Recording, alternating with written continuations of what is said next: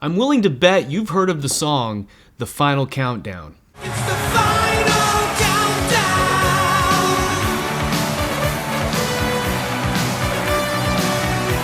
The final countdown. It was a huge hit in 1986, going #1 in 25 countries.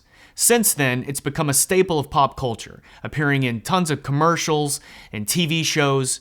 For example, you might recognize it as the music that plays during Joe Bluth's magic shows on Arrested Development.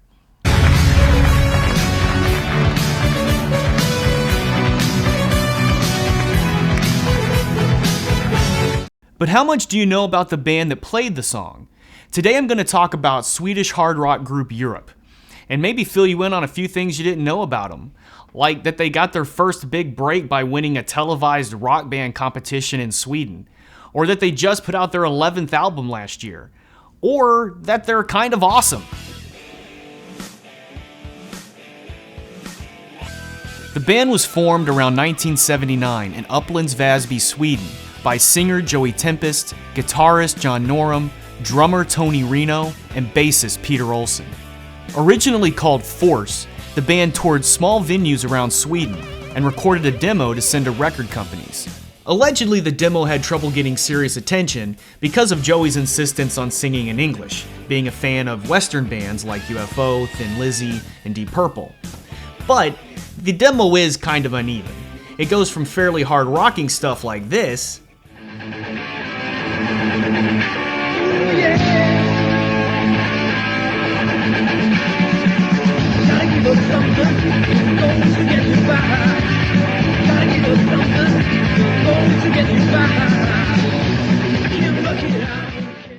to this.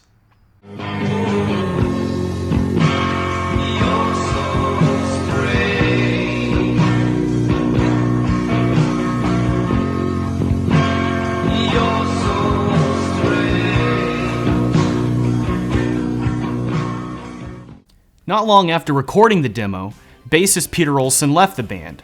Apparently there might have been some girl drama and Joey Tempest might have stole his girlfriend, or maybe it was creative differences. Either way, he was replaced by John Levin, who would go on to be the only other member of the band besides Joey Tempest to appear on every Europe album. With the original lineup solidified in 1982, the band were surprised to discover that Joey's girlfriend had entered them into the Swedish rock band competition Rock SM. Partly because another Swedish rock band at the time was called Rising Force with Yngwie Malmsteen, the band decided to change its name from Force. After listening to the Deep Purple live album Made in Europe, Joey suggested the name change to the band, and Europe was born. Throughout the competition, Europe is the clear frontrunner. You can even hear the crowd chanting for them while the other bands are setting up.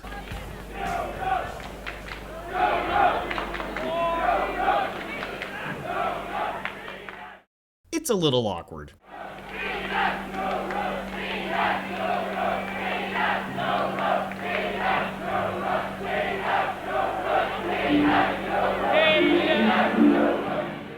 For the competition, Europe played 2 original songs, The King Will Return and In the Future to Come, both of which were straightforward guitar-oriented power rock, and it's safe to say the crowd was into it.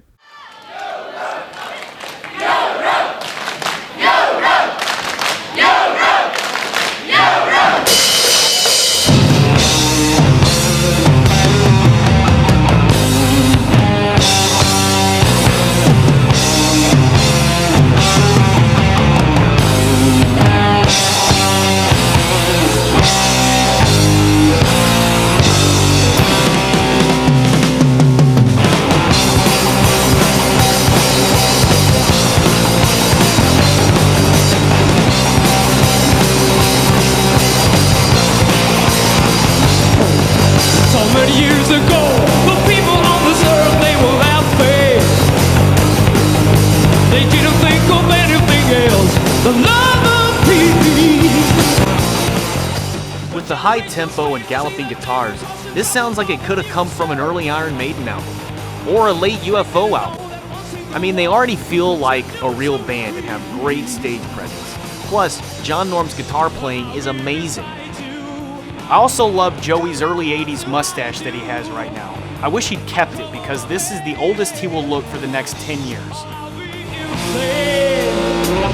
Oh Lord, where will it end when tomorrow is done? And did I mention how awesome John Norm's solos are?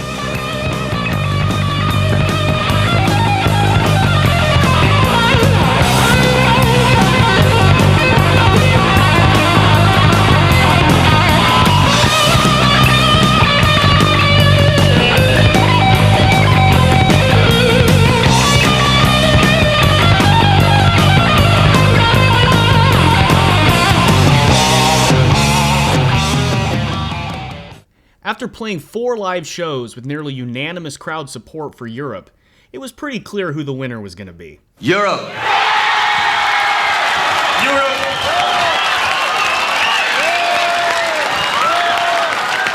Europe. Pris efter pris efter pris efter pris.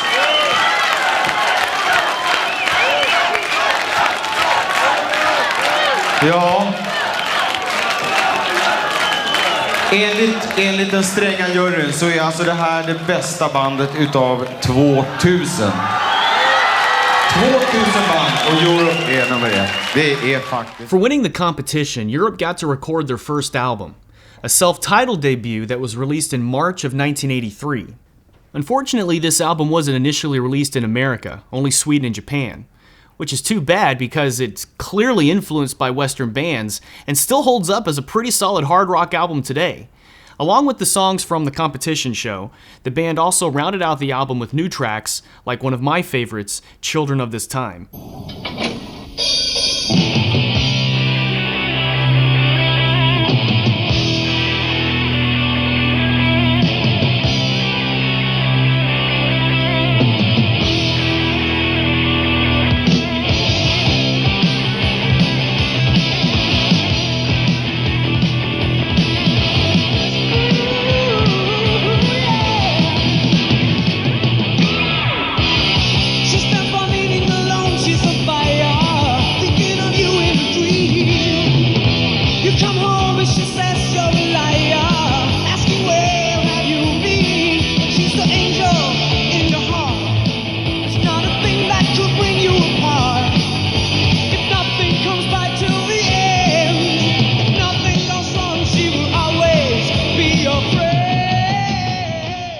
They also got to record a music video for In the Future to Come, which is kind of weird because it's just the band getting dust blown in their face for 5 minutes.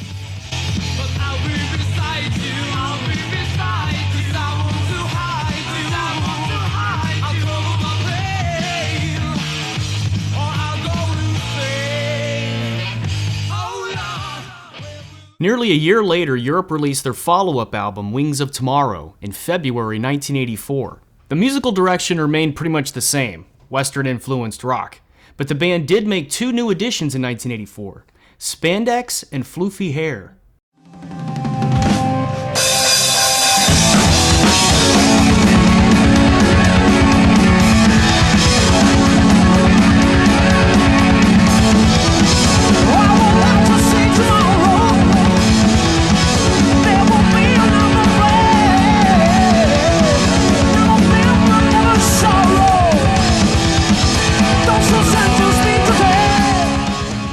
Joey in particular seems to be playing into a lot of influences here with a sort of Led Zeppelin meets Spinal Tap mixed with Leif Garrett situation. He looks like Rob Halford showed up shirtless and the only person around to borrow a top from was Stone Cold Steve Austin.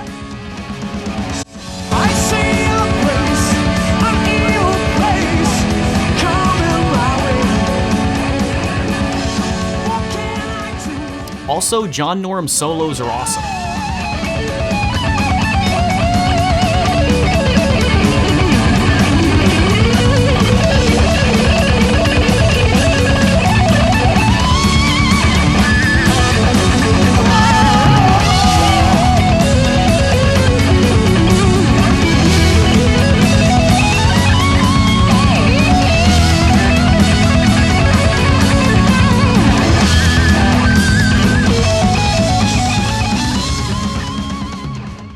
Wings of Tomorrow is pretty similar to the first Europe album, although this one's maybe a little more polished. And it's really a perfect blend of Joey Tempest's pop sensibilities and John Norum's hard rock metal guitar work. At least musically, there's no real hint in those first two albums of the glam metal, keyboard-laden pop sensation that they would become. And then they signed to CBS Records. Actually, before they put out their third album, they made a movie. On the Loose is the story of Peter, a Swedish punk kid who has no motivation and no prospects except for his girlfriend Nina, who has a totally normal job working for the railroad. Peter is trying to support himself as a welder, but unfortunately he's the worst welder ever and he keeps messing up and getting yelled at. Even worse, Nina used to date Europe frontman Joey Tempest, and they're in town for a concert tonight. You know it ain't easy running out of thrill. Peter gets jealous, hits a bunch of stuff, and finally gets a stern talking to before realizing he's got nothing to worry about.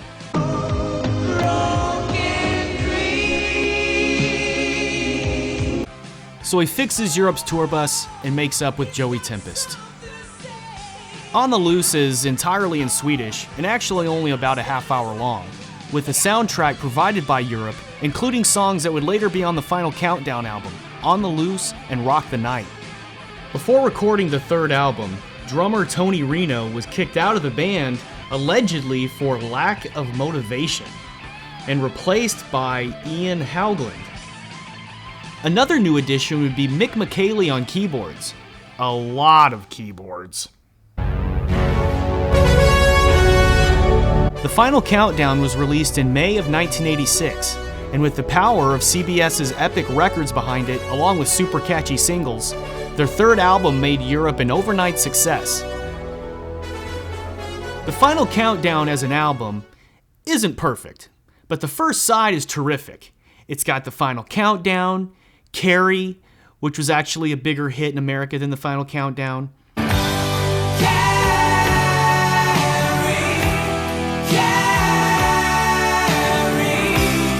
and Rock the Night.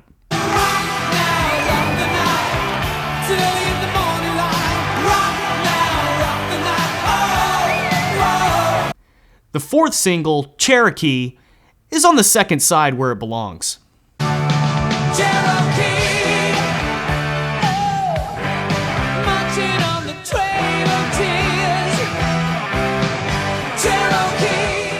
The first wave of mainstream glam metal had already come and gone by this point, kicked off in 1983 by Quiet Riot's Metal Health album. However, 1986 saw a big resurgence with successful debut albums from bands like Poison and Cinderella. And there's no question that Europe tapped into this with a near perfect blend of glam and hard rock. Despite this, they still dodged any association with a specific musical genre. I guess you can call it melodic hard rock simply. In our case, it's hard melodic rock. I would say like, hot edge melodic rock band. Yeah? Yeah. Nej, vi brukar inte kalla oss själva något speciellt. Vi brukar säga rockband, melodiös rockband. Det är svårt. Om några år kanske någon kommer på något bra namn man kan kalla vår musik för, men det finns inget bra namn just nu. Euro-rock. The problem with having such a successful album is that as far as the record label was concerned, Europe was no longer a rock band, they were a pop band, and they were marketed as such. All right, now those of you who entered our Europe Trivia Contest a few weeks back, you stand by, because you may be the winner of a t-shirt, autographed album, or a poster from Joey Tempest in Europe. This meant more marketing was expected out of the band, more live appearances, and more playback shows where the band would play to pre-recorded tracks.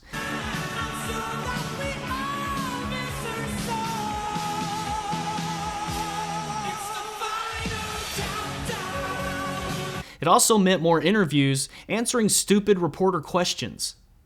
There was a Hard Rock Cafe in Stockholm where we often go to have a beer or a hamburger.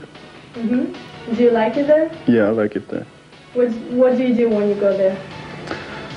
Drink beer and eat hamburgers. While most of the band seemed fine going along with the marketing machine, not every member could stomach it. And so at the height of Europe's popularity, John Norum quit the band. Now sadly one of the Johns, the guitarist, has left since I last spoke to you. What happened? Yes, well, he decided that it's too much for him. You know, he wanted to take it more He's easy. not in for this promotion and so on. He wants just to play, being a musician. And, I mean, it's fair of him to leave the band at this stage, because it's important that the band is fit together. We really want to go forward and Sure. Shame though, now you're actually making it that he's gone though, isn't it? Yeah. That's right. Yeah. He was replaced by another Swedish guitarist named Key Marcello, who had worked with Joey Tempest a year prior on a charity single called Give a Helping Hand, which was kind of like We Are the World, but even more hilarious.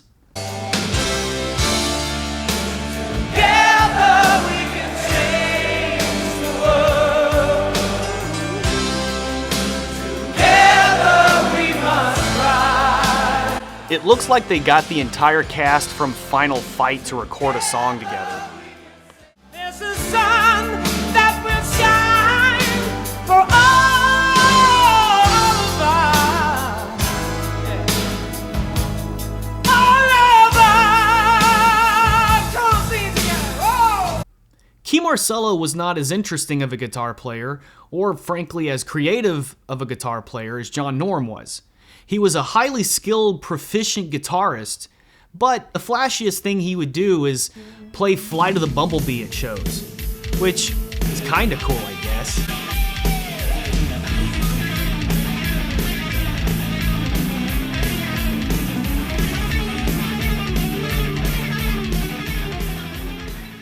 But to be fair, that's exactly what Europe needed at the time, a skilled, reliable guitarist. Key's first album with the band would be Europe's fourth, Out of This World, released in August of 1988. Even though the cover is terrible, I actually really like this album. It does lean a lot more into the glam rock and melodic pop sound, but it does it really well. It is way over the top, and it is really cheesy, and it does have that sort of late 80s commercialized feel similar to bands like Winger or Warrant, but Out of This World still manages to be fun and catchy. With the end of the 80s came the beginning of grunge, and by the time Europe's fifth album, Prisoners in Paradise, came out in September of 1991, mainstream fans had moved on.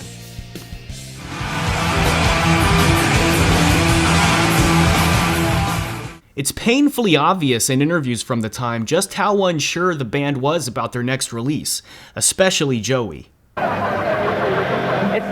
I guess the album is more powerful.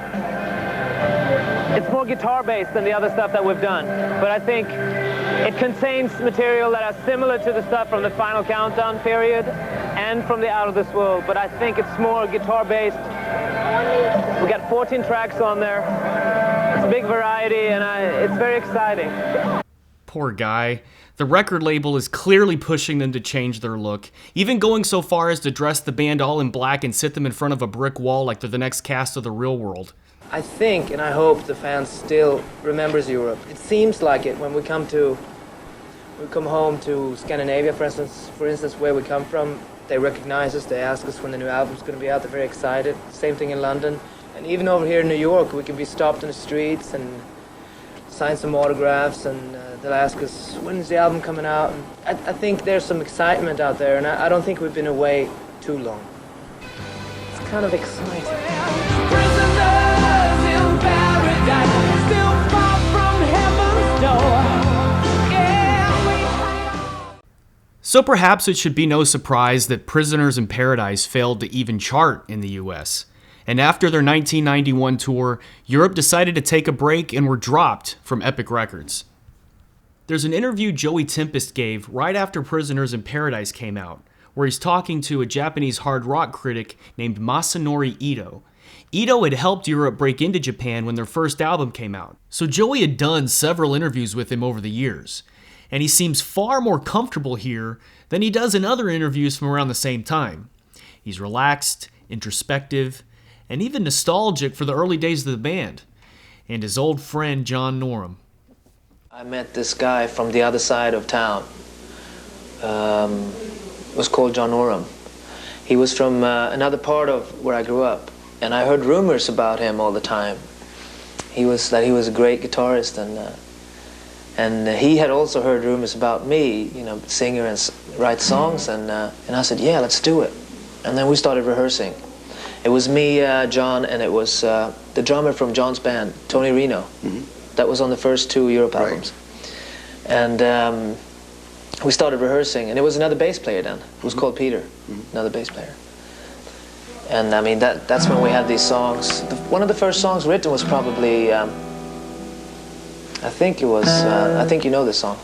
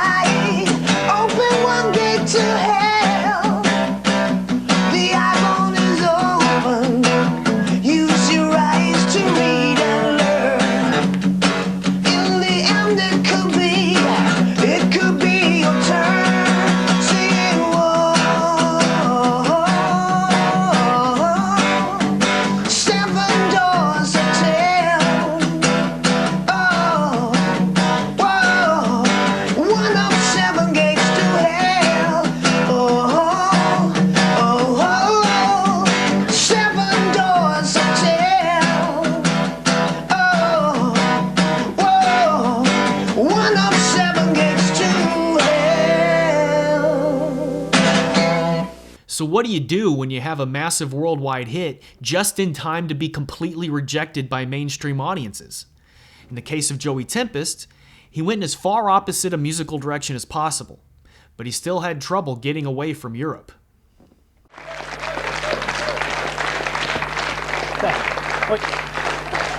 Hej! Hej Joey! Du är här som liksom ensam. Ja, första gången jag är ensam. Jag har varit här många gånger tidigare med Europe då. För detta är mannen med The Final Countdown i Europe. Ja, den har du hört några gånger. Den har jag Börjar hört. folk liksom sjunga när de ser dig? Da, da, da, da. Ja, det händer Da, da, da. faktiskt. Ja, visst. Vänder man så. Ja.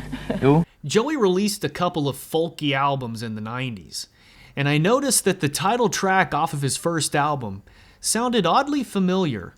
I was out the front door like nothing was lost. Wanted my freedom, no matter what the cost.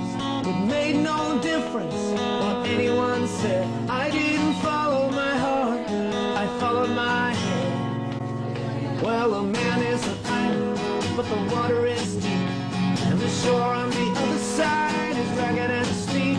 Well, I built my castle for just one man without a love of a woman. It's made out of sand. Free love on the free love freeway. The love is free and the freeway's long. I got some hot love on the hot love highway. Ain't going home cause my baby's gone. She's dead. She's not dead. You travel the highways, you travel the world, but there ain't much left you haven't seen or heard. To look for perfection is a lonely alright. It takes a whole lot of courage and a whole lot of pride. Free love on the free love freeway. The love is free and the freeway's long. When you look for independence and you get what you want, how come you look back thinking, what have I done? Free love on the free love freeway. The love is free and the freeway's long. I got some hot love on the hot love highway. Going home cause my baby's gone. She's gone, yeah.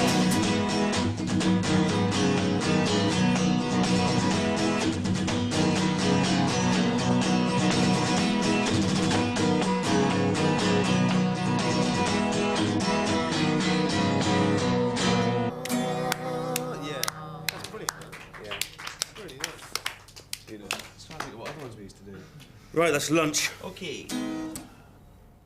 So with everyone pretty much doing their own thing, there were no real plans for Europe to get back together. But sometimes a situation too perfect to pass up comes along, and fate intervenes. We've just now got an offer to play New Year's Eve in Stockholm, next to the King's Castle there, a reunion show, one-off, what better time to play the final countdown than counting down to the year 2000?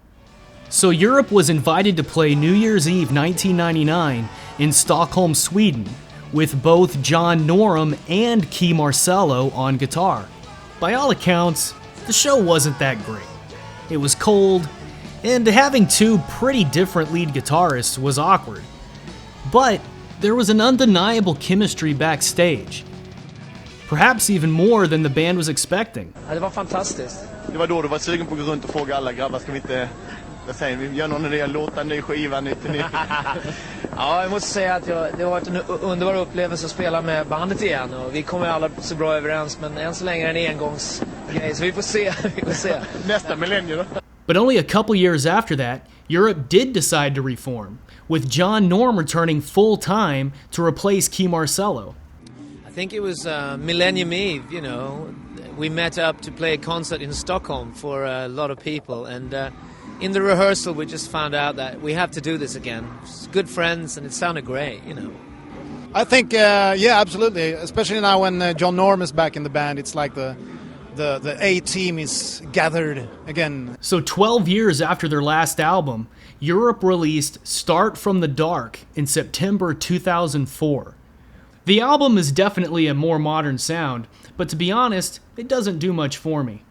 People are beginning to talk about the album. The more they listen to it, they like it, and so it's one of those grower albums. Well, maybe that's true, but I had a hard time getting into it. And Secret Society, which was released in October of 2006, was only a little bit better. Which is why I was so pleasantly surprised to find out that their 8th album, Last Look at Eden, released in September 2009, was great. This one got me right out of the gate with the title track, which if you had told me that it was played by a symphonic metal band like Camelot or something, I would have believed you.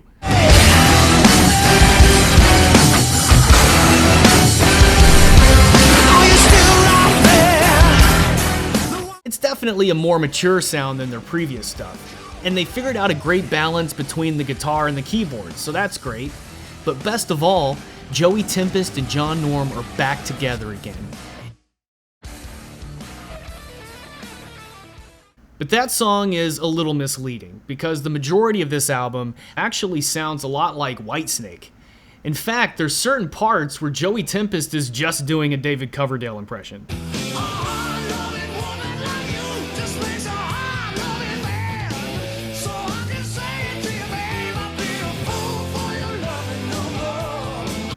Which is fine, because it's great, and so is the album. But that bluesy sound really carries over into the next two albums. Bag of Bones, which was released in April of 2012, and War of Kings from March 2015. They're perfectly fine albums, but really bluesy, really Whitesnakey, which is cool. But what I really want to mention is their most recent album, Walk the Earth, released in October of 2017. It's probably the best Europe album so far. It's got a really strong Deep Purple vibe to it. It reminds me a lot of Perfect Strangers, that album, that kind of era.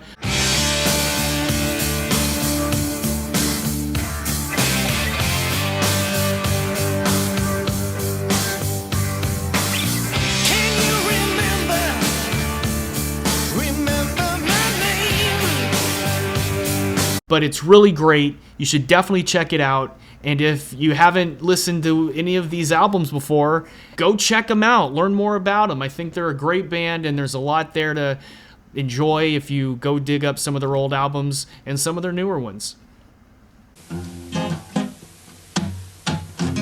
Leaving together, still it's farewell. Maybe we'll come back to Earth, who can tell?